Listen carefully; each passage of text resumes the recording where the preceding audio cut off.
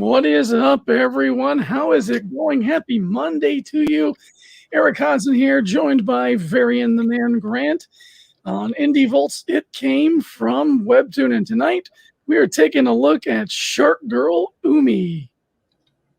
Yeah, I had no idea about this book until you sent it to me. Yeah. Well, yeah. I had no idea until I found it. And you know what? I feel just a slightly bit hypocritical because I really wanted to make this show about the unsung, undiscovered, because this young lady has no need for our help in being discovered. They've got some great numbers on Webtoon Canvas there. But as I said in the clickbaity title, I'm a mark for sharks. What can I say? Yeah. I when I seen the link, I said, he sent me this because she's a shark. I'm a 43-year-old man, and I enjoyed a slice of life romance rom-com comic about a shark girl in high school. I need a therapist.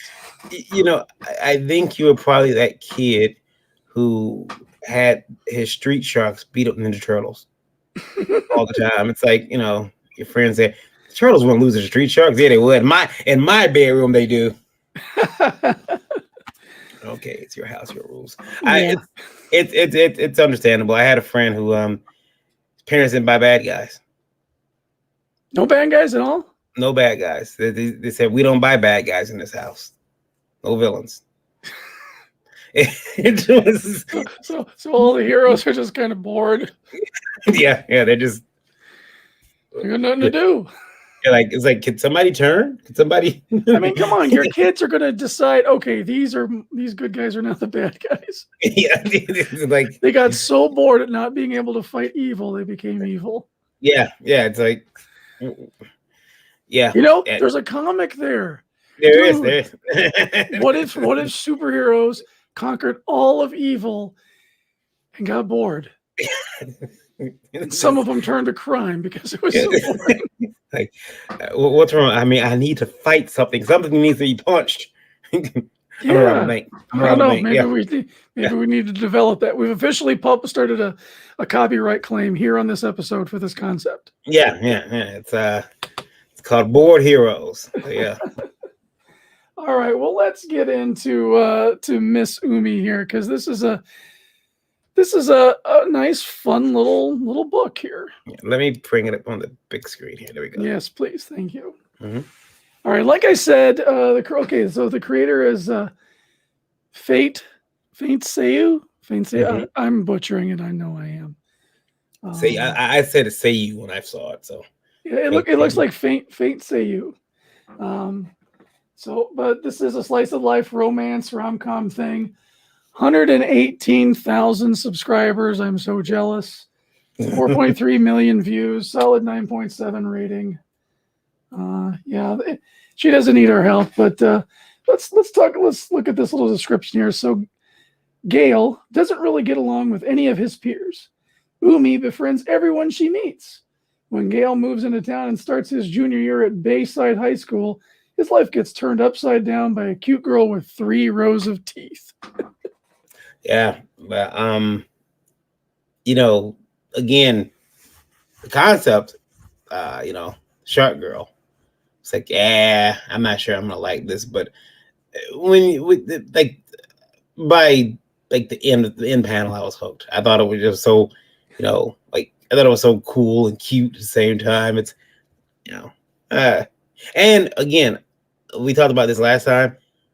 I think a webtoon is the perfect format to watch artists grow. Like, issue by issue, you see these vast improvements. Mm-hmm. By the time you get down to issue 20, she's a completely different artist. This is the first time we see her face. Yeah. And this is an anime trope where when the character is miserable, they make them excessively old and ugly looking. Yeah.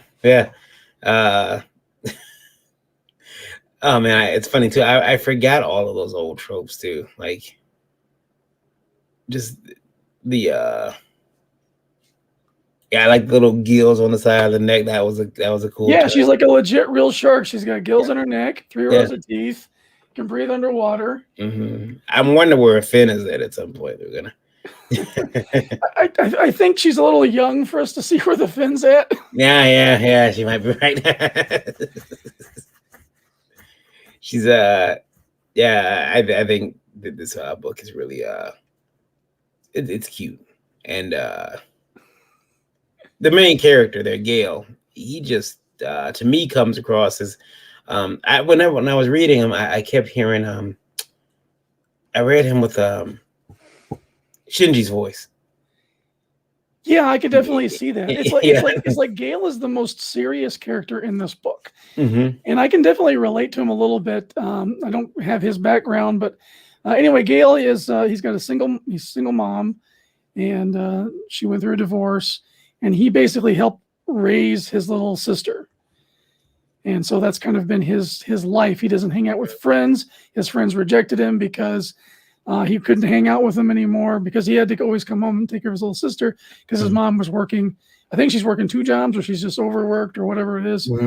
But so right there, you kind of once you learn Gale's backstory, you kind of get that gut punch of the slice of life part of this, where there's some reality coming in, and it deals. The thing about slice of life books is they deal with real situations and slice of life.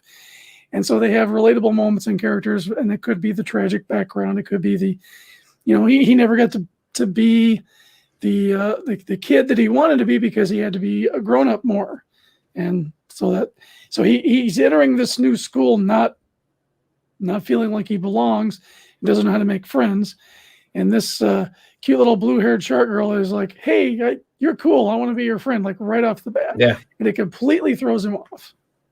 Yeah, and nobody else notices. Like they've all accepted this girl. Like she's, there's a lunchroom scene like that right there. That scene. Could you go back up real quick? Yeah, that's such an anime scene. Little fruit slices up top too. I almost see her hand waving them on. Just flapping. Yeah.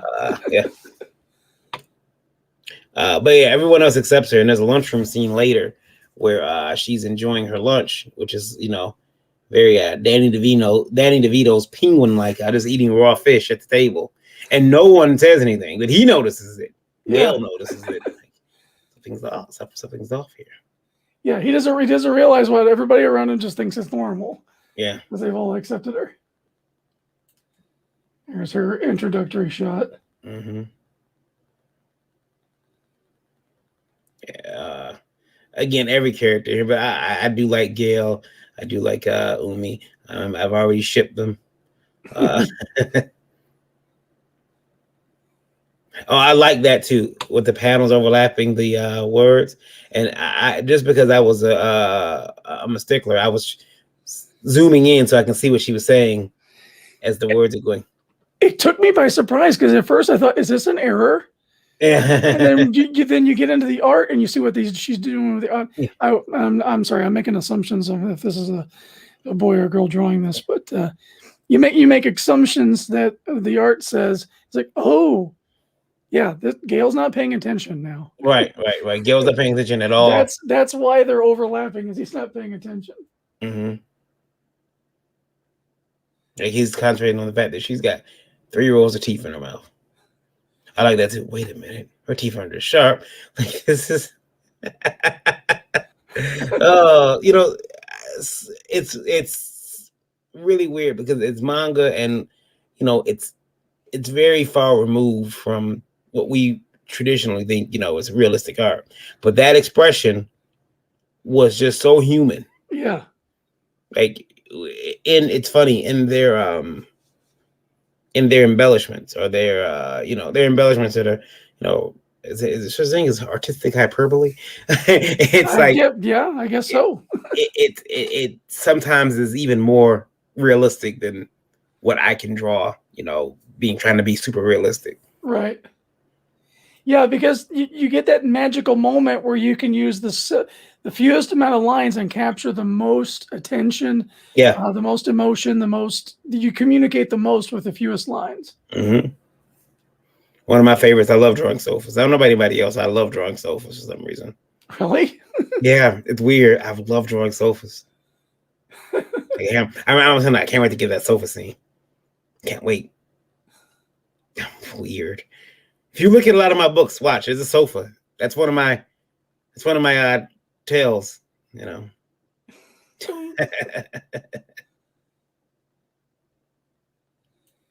Now that's why I assumed it was a female, because that right there, I don't know what I'm doing.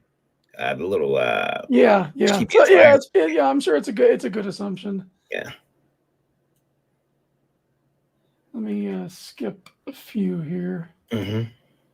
And then you'll be able to see, like, artistically, like, they get better, and so you can see, like, the smoothness of the line, the coloring, the shape, all of it. Just, I mean, when you do it this way, it's more dramatic, but, like, yeah, just it's just, when you see this, you get excited because you're like, man, this is artistic growth. If you watch an artist grow from the first comic they did to where they're at, 50 issues later, it's really stunning. This is a great little scene here. Just when we're talking about the simplistic of lines communicating, there's no line wasted here, and there's no extras, and it just works. Mm-hmm. Of course, she liked the pool. But the pool water makes her sick. Yeah. Well, it's pool water. It's got chlorine and everything in it. Yeah. So many little adorable drawings in this. Yeah. Yeah, it is. And, again, just, you see, as an artist, you see, the artist getting better and better with each issue. I really thought it was artistically, anyway, it's probably, for me, one of the books that I will subscribe to, just based on the art. Just based on the art, it's like this. Just to even come back, even and see how the artist is progressing. But look at this. This is and he bringing in a bigger cast of characters. Now, Erik, with Webtoon, I noticed, and we talked about this last time, a lot of the artists, including Faint Seiyu here, they're going again by pen names, and nothing's wrong with that. Mm-hmm. But I've been saying, please make your pen name searchable. Let me be able to contact you through your pen name. I get it, though. A lot of the artists on Webtoon, this is great because they can just draw their comic, get it lettered, do everything they got to do, and upload it, and it's ready to go. And you don't have to worry about like anything else. But please, there are times people want to contact you, even for interviews like this. There may be somebody who wants to turn this into a printed edition of a book. Mm-hmm. And you've got to be able to be reached. And some of these, so I'm not sure about Faint here, but I tried this. I found someone else who did a book, and I could not reach them. There was no way for me to contact them. Now Faint here does have a Facebook, an Etsy, a Tumblr, and an Instagram. A lot more than some people put up. I know you put yours up. You put all your contact information up. And I think it's important. Like when I changed over to Dreaded Dinosaur from my original one, it's important to try to use that same one on all social medias as part of branding. Mm-hmm. And that's what she's done here too. So you can say that it's at Faint Seiyu, at Etsy, at Facebook, at Tumblr, and it just makes it so much easier to find the person. It becomes your internet name. Yeah.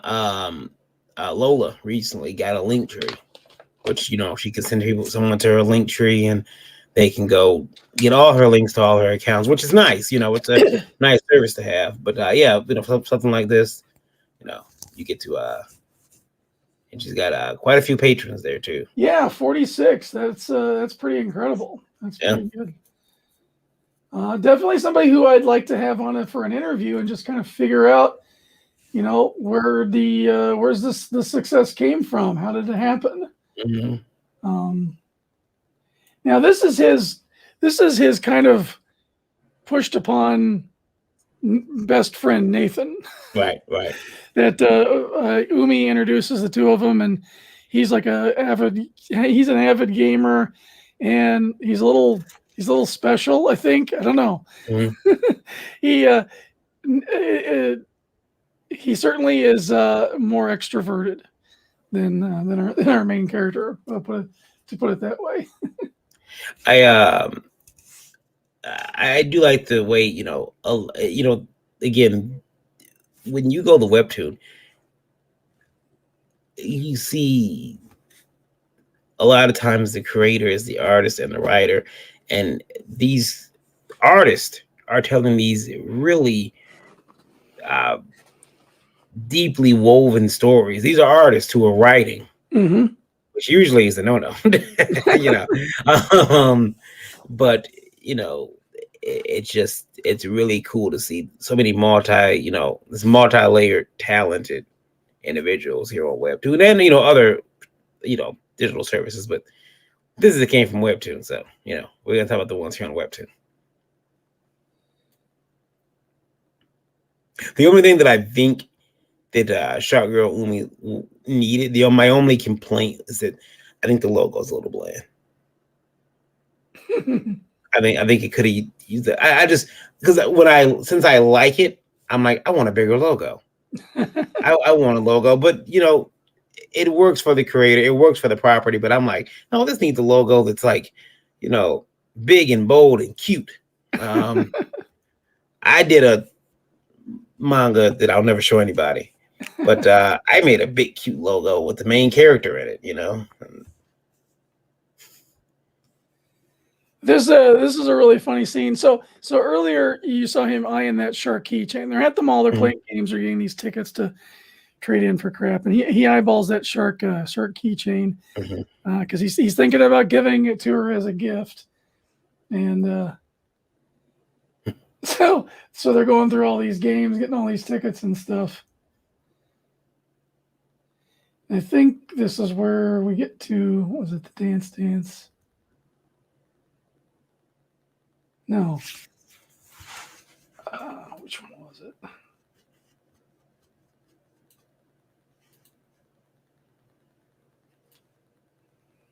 Yeah, so Umi has this administrative assistant. I don't think she's an older student. I think she's like just a young girl that works at the school, but they're best friends.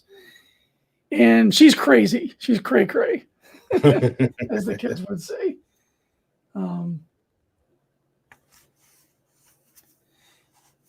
But she's definitely my second favorite character. It's a nice dynamic because you've got Umi, who is friendly and happy to everyone, and then you got Psycho Girl here, who chases off anybody who comes near Umi as an overprotective, like pseudo parent type thing. Yeah. Whenever I decide to become a supervillain, I know I'm going my railroad.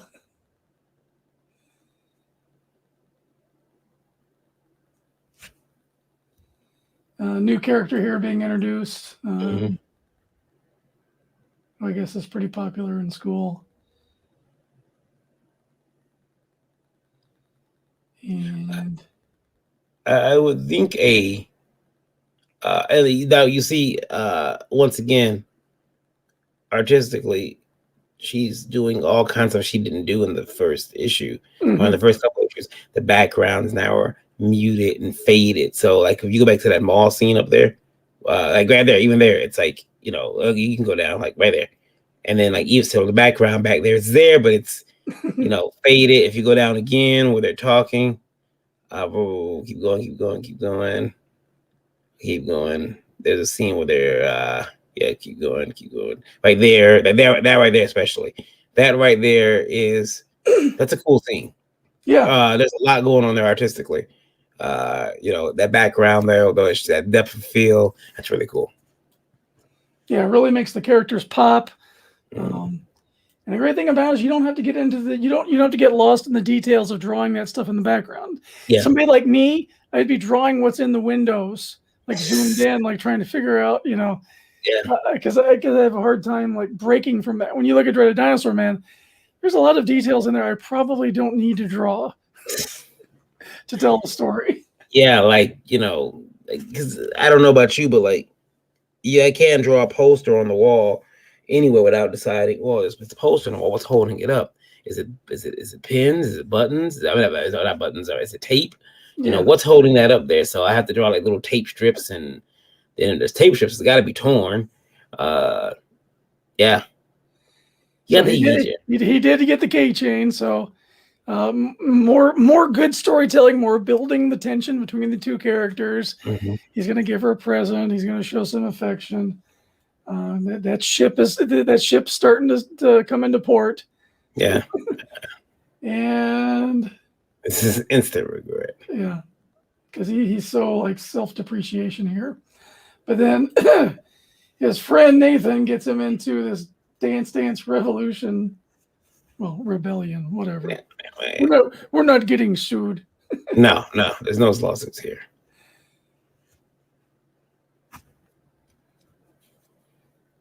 And this is the one game he doesn't claim to be good at, and it's the one he does well.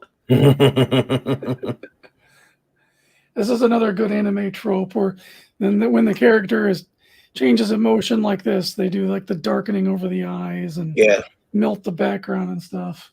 Mm-hmm. Dude, your pants. And here come the girls. Right when you're grabbing your friend's ass, and the girls you like are coming right by. Yeah. Snap.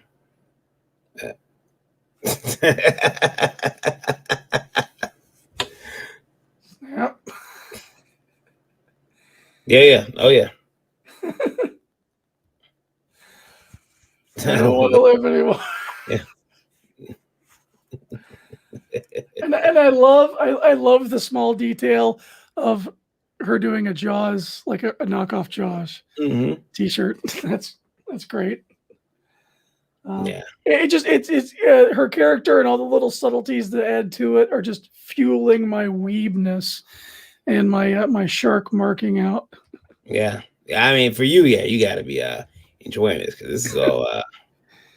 JD checking in saying, "Hell, gentlemen." I think he meant to say hail. Yeah. And autocorrect gave him the finger. Yeah. Hail, JD Keldo. Yeah. This book, though, you know, I definitely like it, and I would like to see another book. I want to see in print. I want to see relationship goes. Posters, though, look at that. Yeah, she's expanded into merch. That's what's on the Etsy store. This is another thing that I really have like a affinity for, is when artists do this cut through of the water, where you see the tops of the wave, you see what's underneath and what's above. I absolutely love that aesthetic. You did a print like that. Yeah, any piece of art that has that aesthetic, it captivates me, because I just find that the idea of that just invigorating for some reason. Yeah, you did a print like that. I remember you going through a lot of blue Copics. We were in Kentucky, as I recall. Oh yeah, that's right. Yeah, I was trying to do that with the one of those commissions that I did. Yeah, table. And I mean, it's like, how many more shades of blue can Erik find? See, that's the problem with me being comics gate. I automatically assumed hell was hail, but it was supposed to be hello. Yeah, see, I said hell because I just figured he meant hell, because everyone comes in the chat and they say hell all the time, no matter what, they all come in. So you've got posters though, so you can buy posters from Shark Girl Umi and these characters represented on your bedroom walls, which is really cool. I like that. I like the fact that they have these posters available. I like merch though.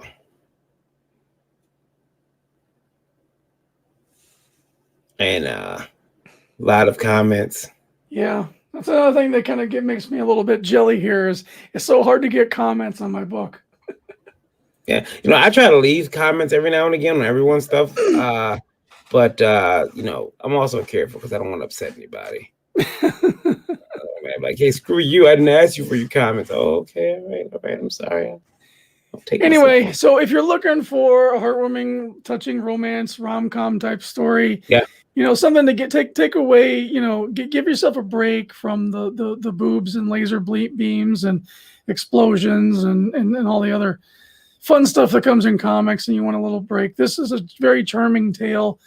And if you're a mark for sharks like I am, you'll love it even more.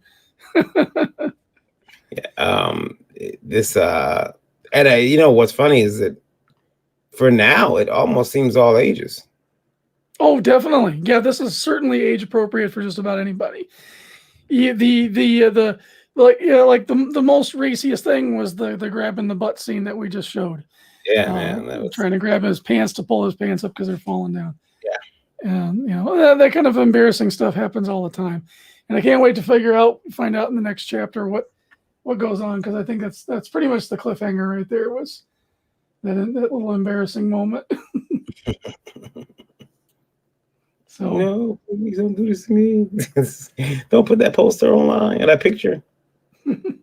Everyone will see it. Yeah, that Shark Girl Umi over on Webtoon. It's free for you to read. Right? Absolutely free. There's no money involved.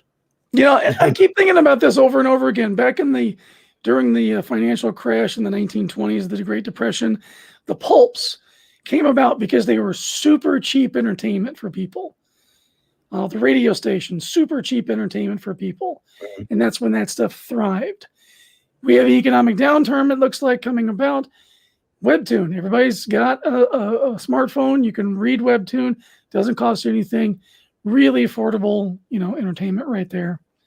Really good bang for your buck too. Yeah, I mean, you can't go wrong with free. And even if you feel like giving some money you can give money right to the creators. They have Patreons. They've got merch booths and stuff. So I'd say you has Etsy stores here. I'm pretty sure Patreon. I've seen a Patreon.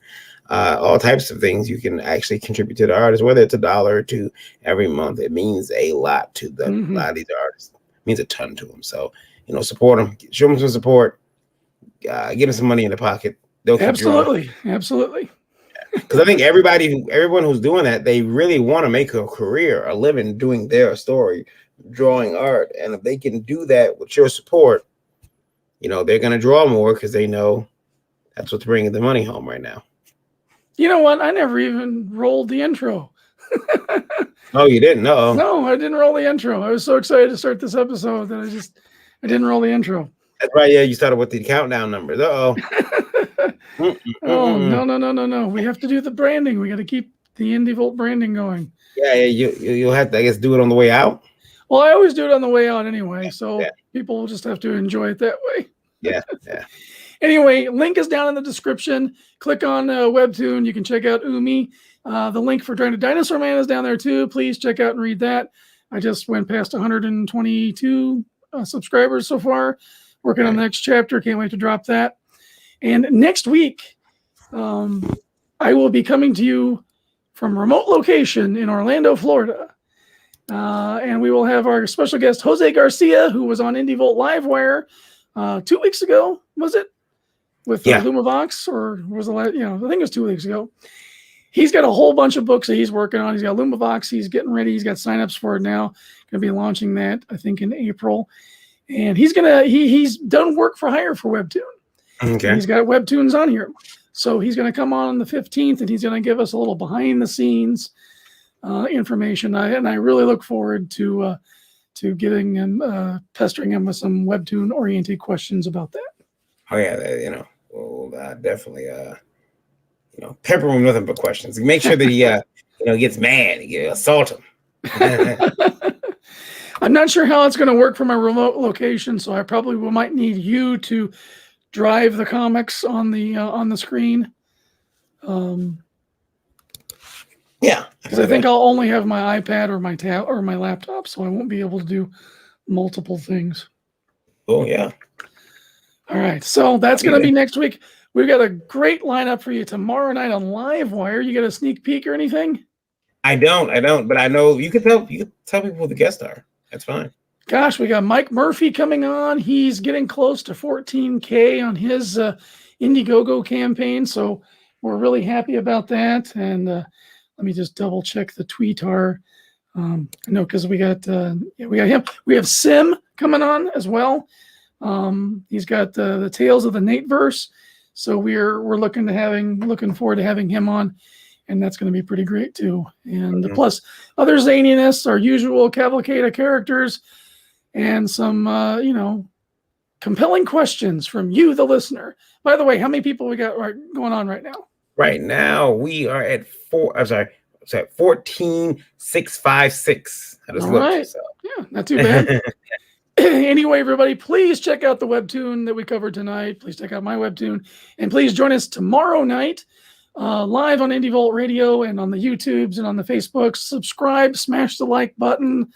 If you want more content like that, that'll help us. We're so close to getting to our 1,000 viewer threshold. We only need like 400 more or something like that, 300 more. And we'll get monetized. So thank you for the growth there. And we will be back tomorrow night for IndieVolt Livewire. We'll see you guys soon. Yeah.